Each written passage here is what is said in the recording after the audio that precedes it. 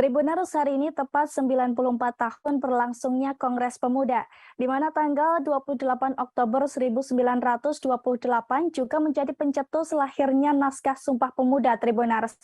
Dilansir dari tribuntravel.com, ada beberapa lokasi yang tercatat dalam sejarah sebagai tempat di mana teks Sumpah Pemuda pertama kali muncul.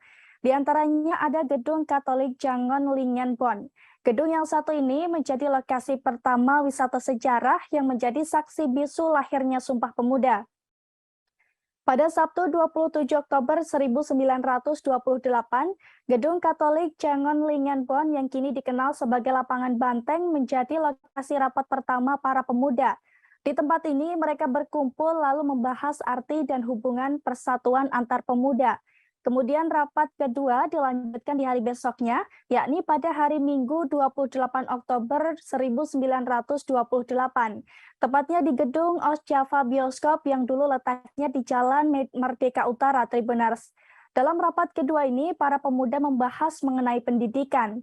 Saat itu, ada dua pembicara yang mengisi pembahasan tersebut, yaitu Purnomo Wulan dan juga Sarmidi Mangun Sarkoro, Tribuners.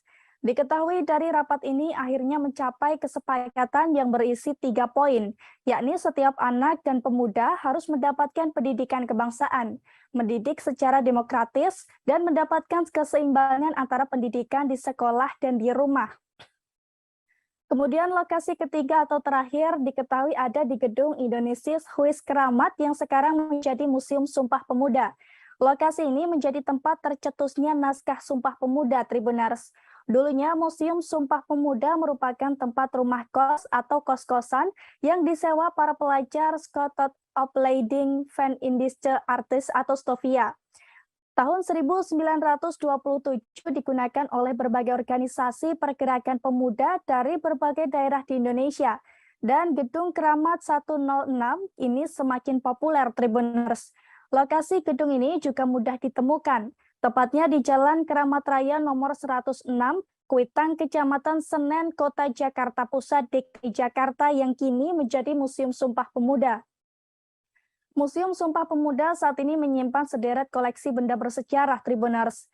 Benda bersejarah ini merupakan saksi bisu pemuda-pemudi tanah air berikrar dan menyuarakan semangat perjuangan kemerdekaan Indonesia.